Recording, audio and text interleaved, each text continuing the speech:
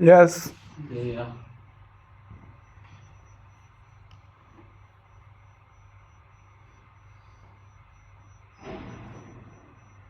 Can you guys see what I'm presenting or no? Yes. Okay.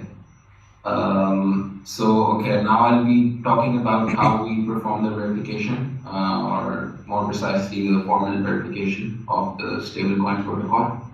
So this is roughly the agenda that I'm going to follow. I'm going to motivate the problem first, and then talk about some of the potential solutions. Then I will talk about interactive theorem proving, and present some examples of theorems that we formally verified. I will talk about some of the design choices that we made when we were formally verifying this protocol. Some of the bugs that we detected, which we later rectified in the proofs, and the protocol itself. And then I will discuss the future directions for this research. So what's the problem? Non-intuitively, stable coins, they're not so stable.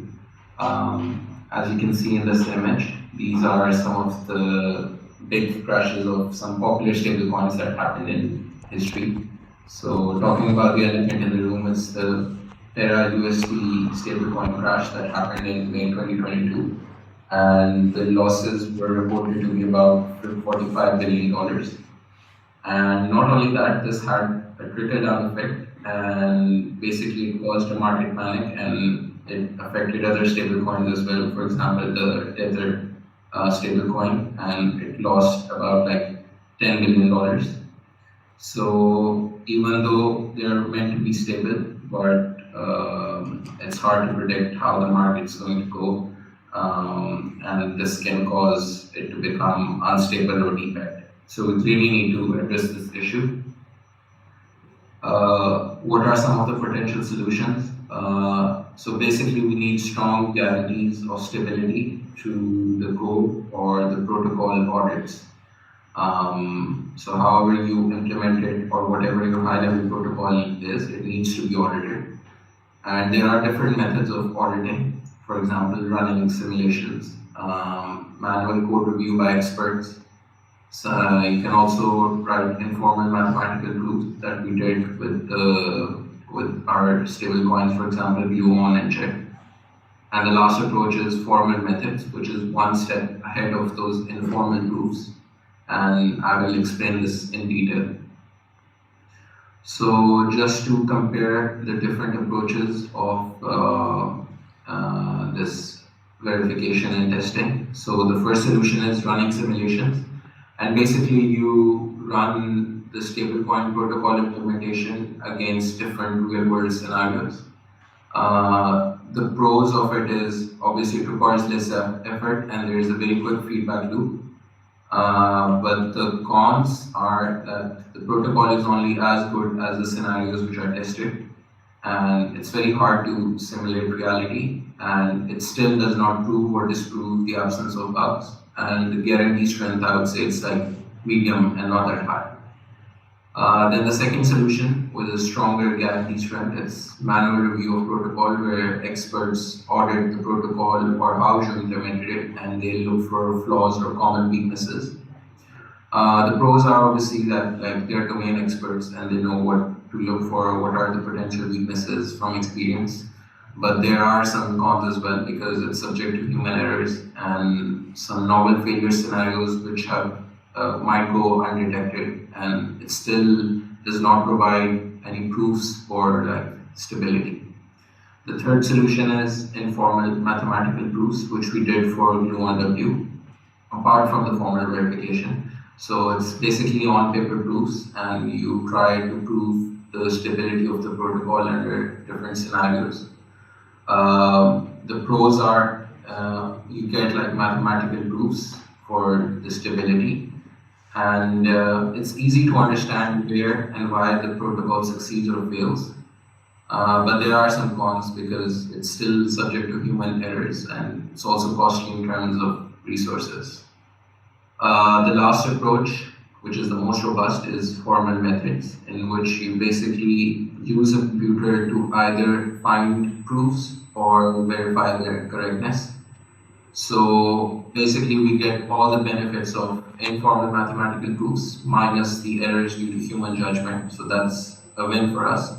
And the cons are obviously it requires significantly more time and resources, but the guarantee strength is very high and it's very robust.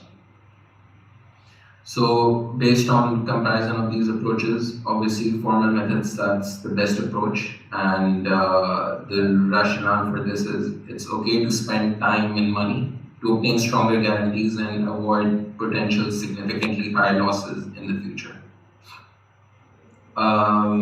So there are different types of formal methods.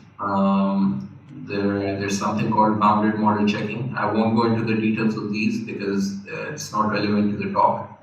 There are some tools called SAT or SNP solvers. The last approach, which we did for Gluon, is interactive theorem proving, and it provides the strongest guarantees. So what is interactive theorem proving? They're basically software tools which verify your correctness of proofs based on logical rules. Or you can think of them like a very skeptical mathematician with strong logical abilities. So you can imagine you construct an argument with this mathematician or this tool of correctness, and this interactive theorem prover checks whether your argument is correct or not, or if there are any flaws in it. There are different tools in this domain. For example, the Rock theorem prover, the Isabel theorem prover, and quite recently you might have heard of this called Lean. It's still relatively new, but it's gaining like adoption and more people are starting to use it. But for our formalization, we went with the Rock theorem prover because it has been in the industry for the longest amount of time, and it has like a very rich support of libraries which would help us.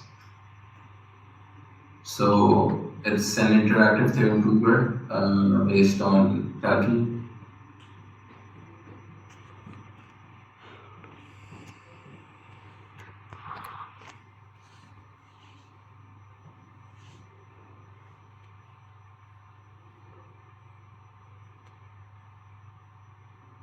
Belonging to the set of natural numbers, 0 plus n equals n. Obviously, we know this is true, and the proof for it is also very simple.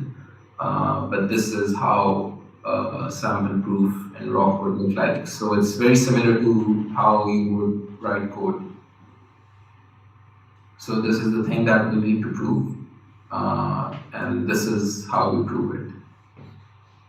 So now I will discuss some of the theorems that we proved in Rock for the Gluon protocol. So the first, obviously we proved all the theorems, but I'll be discussing only the interesting ones. The first one is the no insolvency theorem. So the proof for this was, the on-paper proof for this was very simple. Because the fusion ratio is less than 1. Like we unfold some definitions and apply some algebraic manipulations and some properties to prove that the equity is always greater than or equal to 0.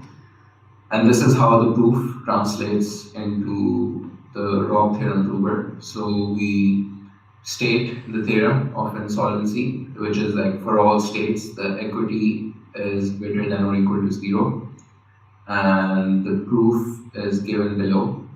So one of the important facts that we use in the on-paper proof is that the fusion ratio is less than 1, which we are using over here. Another important fact that we use is the product of two positive real numbers is greater than or equal to 0, which we're using over here. So there is like some sort of one-to-one correspondence between on-paper proofs and the proofs that you construct in the theorem prover. The second theorem that I will discuss is theorem 5, which is monotonically increasing equity per reserve coin. I won't go into the details of this proof because this was the longest proof and took a lot of time. But I just want to highlight that how on-paper proofs and theorems, like there's a one-to-one nice correspondence between them. So for example, in this theorem, we state that the neutron target price P0 star remains constant between actions. And we're stating this over here in the theorem statement that the target price before the event is the same as target price after the event.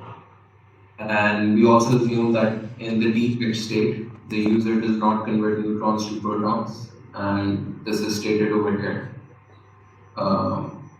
And for every action A, in the formalization, I refer to actions as events, so actions and events, they're the same thing. This is what we have to prove, and this is stated over here.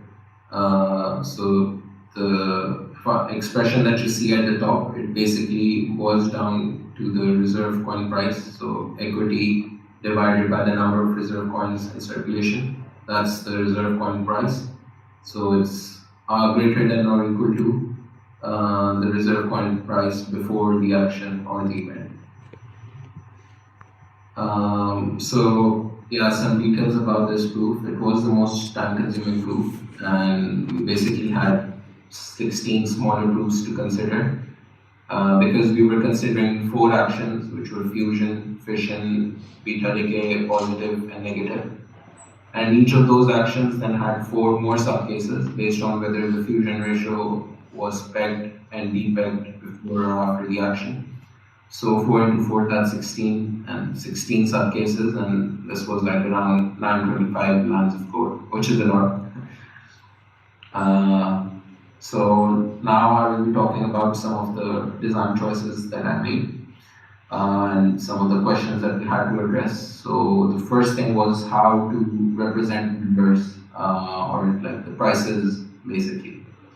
So the requirements when we were coming up with this formalization was we want something that eases formalization, that doesn't take up a lot of time, but it also aligns closely with the protocol description, because if we come up with something that's very different from the protocol itself, then there is no benefit to it. So for representing numbers, we had several options. For example, we could either use floats or rational numbers.